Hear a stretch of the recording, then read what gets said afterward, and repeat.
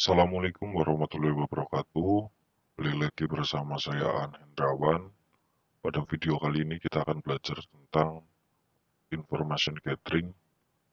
Sebelum kita belajar lanjutkan videonya, kita awali dulu dengan Bismillah. Bismillahirrahmanirrahim. Semoga teman-teman selalu diberikan kesehatan, kelancaran, dan kemudahan dalam belajar. Amin ya rabbal alamin. Nah, sebelum kita belajar tentang information gathering, alangkah baiknya teman-teman ketahui dulu tentang definisi ethical hacking dan fase-fase di dalam ethical hacking. Di sini apa itu ethical hacking? Kebanyakan orang berpikir hacker itu memiliki keterampilan dan pengetahuan yang luar biasa yang memungkinkan mereka meretas sebuah sistem komputer dan menemukan informasi berharga. Itu kebanyakan orang ya udah tertanam mindsetnya kayak hacker tuh benar-benar orang yang tahu tentang komputer. Itu sebenarnya enggak, karena hacker sendiri itu adalah orang yang tahu tentang step by step dan apa namanya ya, tentang bagaimana sebuah sistem komputer itu berjalan gitu. Terus di sini saya juga dapat referensi dari situs dewaweb.com. Di sini dituliskan ethical hacking merupakan aktivitas peretasan yang tujuannya untuk memperkuat keamanan sistem. Dalam prosesnya, peretasan dilakukan dengan cara mencari celah atau kelemahan pada sebuah jaringan, baik komputer, aplikasi maupun website. Celah yang ditemukan ini kemudian dilaporkan ke pihak perusahaan agar dapat segera diperbaiki itu. Jadi intinya kayak gini, hacker itu menyekan ataupun meretas sebuah sistem itu dengan tujuan memperkuat sistem. Kayak misalkan ada kelemahan di sistem A, nah hacker itu mencari kelemahannya itu di mana, terus eh, cara masuknya bagaimana itu dilaporkan ke pihak perusahaan yang nantinya di pihak perusahaan itu berusaha untuk memperkuat dan menambal sistem itu agar nantinya itu eh, meminimalisir serangan dari para hacker atau cracker itu. Terus di dalam ethical hacking itu ada 5 fase. Yang pertama itu ada reconnaissance dan information gathering. Terus ada scanning. Ini G-nya ketinggalan ya, kayaknya lagi kondangan ini loh. Nah, terus ada gaining access, terus ada maintaining access, dan covering tracks. Nah, 5 fase ini harus dikerjakan secara berurutan. Jadi nggak bisa dari fase 1 ke fase 3, terus ke fase 5 itu ya masih bisa ya mungkin ya, kalau masih uh, urutan ke bawah itu kayaknya suatu saat ataupun uh, di insiden tertentu pasti tetap bisa, karena yang namanya keamanan sistem kan kita nggak ada yang tahu ya, mungkin sistem itu lemah banget itu bisa, tapi kalau misalkan kalian mau nyekening itu kalian tanpa melakukan reconnaissance atau informasi gathering itu nggak bisa, karena apa yang mau kalian scanning, sedangkan scanning itu kayak misalkan kalian butuh yang namanya IP, terus kalian juga butuh tentang eh, nama dari DNS-nya gitu. Jadi usahakan dari 5 fase ini tuh benar-benar kalian laksanakan secara urut dan terstruktur gitu. Jangan seenaknya sendiri gitu. Terus seperti yang kita bahas ini kan kita bahas tentang information gathering ya. Di sini di dalam information gathering itu ada dua. Yang pertama itu ada active information gathering dan passive information gathering. Apa itu active information gathering? Nah, active information gathering yaitu proses yang dilakukan dengan secara langsung dengan sistem komputer untuk mendapatkan informasi. Jadi menggunakan komputer kita untuk berinteraksi langsung dengan target ya. Sedangkan passive information gathering itu apa namanya, sebuah proses mengumpulkan informasi menggunakan pihak ketiga tanpa melakukan interaksi secara langsung dengan target. Kayak misalkan kita menggunakan Google.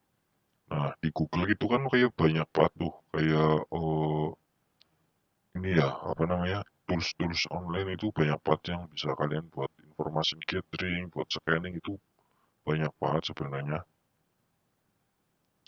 Nah, terus tools-tools apa yang bisa kalian gunakan untuk melakukan information gathering? Itu yang pertama itu ada ping, terus Whois, NSLookup, buat web, The Harvester, Hunter.io, Sherlock, dan lain-lain. Intinya banyak banget, cuman ini saya gambarkan sedikit tools yang mungkin ya umum ya, masih umum, yang masih sering digunakan untuk melakukan information gathering. Oke, untuk selanjutnya kita akan coba praktekkan cara melakukan information gathering baik secara aktif maupun secara pasif.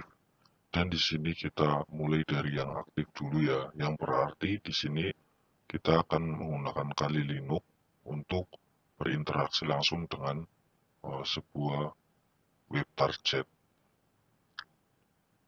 Nah, tools yang pertama kita gunakan yaitu tools yang mungkin sudah cukup fenomenal dan nggak asing lagi ya, yaitu ping, yang dimana ping itu di sistem operasi manapun itu ada ya, dia itu sudah terinstall secara default, dan cara kerjanya itu, cara kerja dari ping mengirimkan paket ACMP kepada website untuk melakukan network dynastic, yang artinya apa ya, yang artinya tuh apa untuk memeriksa bahwa web itu tuh sedang aktif dan terhubung ke jaringan internet apa enggak gitu. Tapi di sini kita tidak akan melakukan network dynastic karena di sini kita hanya fokus untuk information gathering, mencari sebuah IP.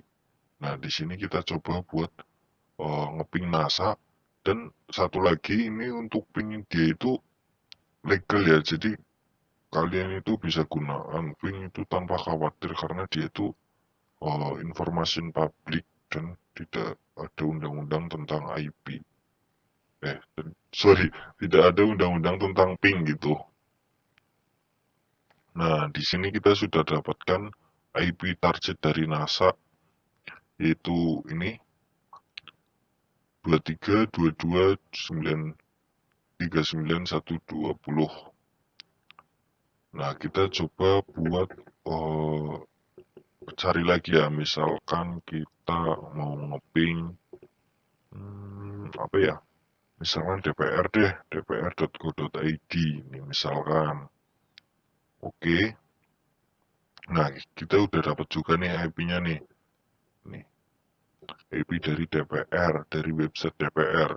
Nah, ini tuh bentuk IP dari IP v4 ya, bukan IP fisik. Kalau rata-rata sekarang website-website yang baru tuh, sorry, itu menggunakan uh, apa namanya, IP fisik, jadi IP yang terbaru gitu. Nah, ini kurang lebih seperti ini untuk active information gathering. Ada lagi nih tools yang biasa digunakan juga untuk melakukan IP, yaitu NSLookup. Kita coba buat ping NASA lagi ya. Nah, di sini juga sama ya. Ini juga sama, cuman ada dari NASA itu ada beberapa IP lagi yang sama ping itu tidak kedetek, hanya kedetek satu, tapi sama NSLookup itu kedetek.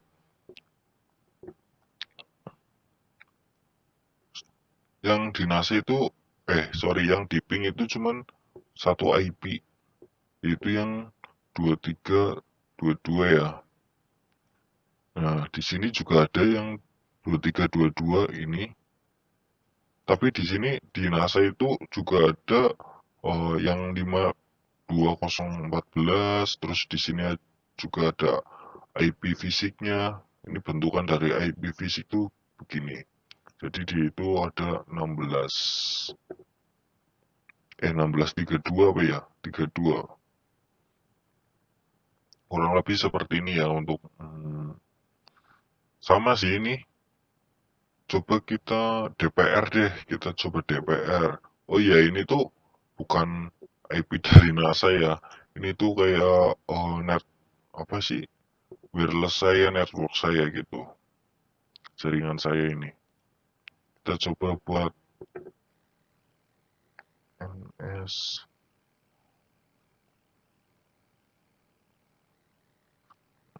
lookup dpr.go.id.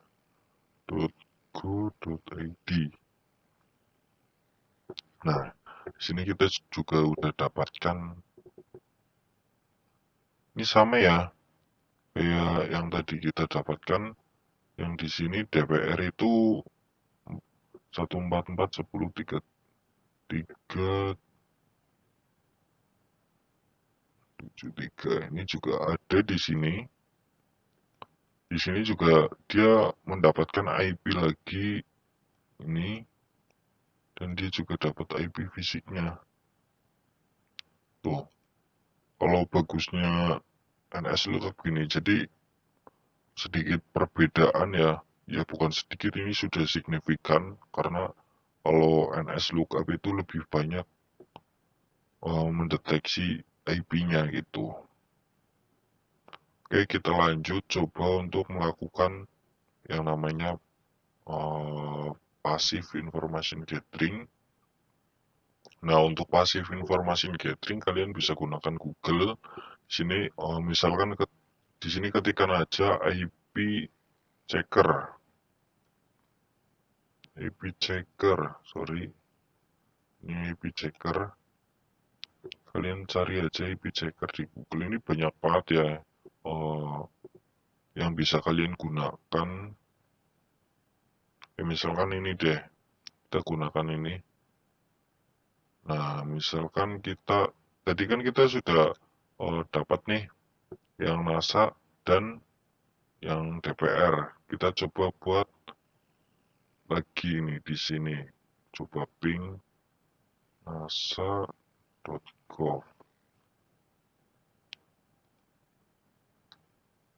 Oke, kita tunggu. Nah, ini kita udah dapat uh, lebih banyak ya, lebih banyak daripada yang NS Lookup, karena di sini kita juga dapat yang namanya domain DNS, domain name system, terus ada domainnya, terus di sini kita juga dapat IP address-nya ya. Ini sama, kita cek dari yang NASA, ini sama ya, sama 520 sama. Kita coba cek lagi nih yang kita coba pastiin lagi yang dpr.go.id.